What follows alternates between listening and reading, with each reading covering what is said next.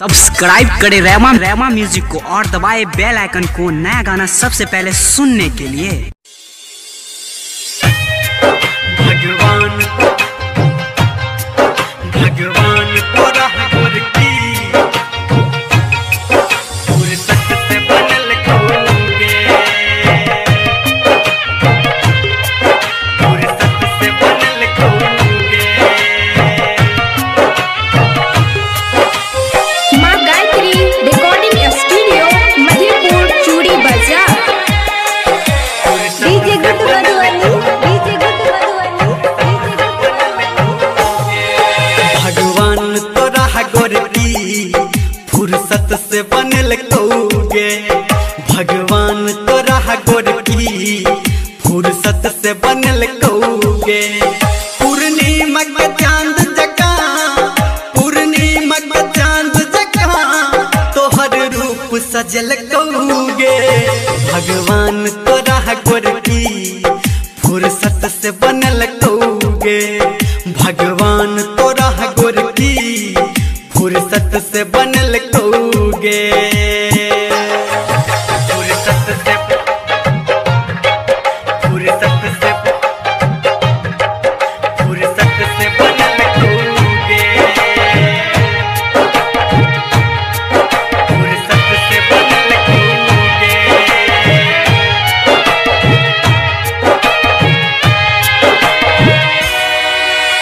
DJ Guddu Madhubani, DJ Guddu Madhubani. भगवान तो राह गोरकी तू छी हमर दीवानी, हम छी तोहर दीवाना।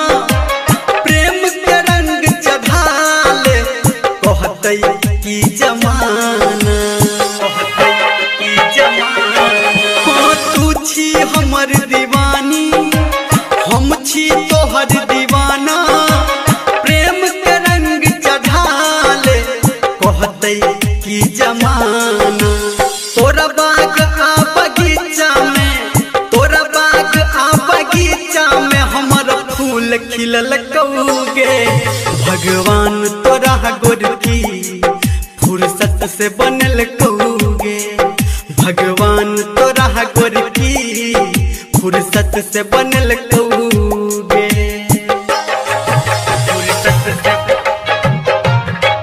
फुर्सत से फुर्सत से बनल खोगे,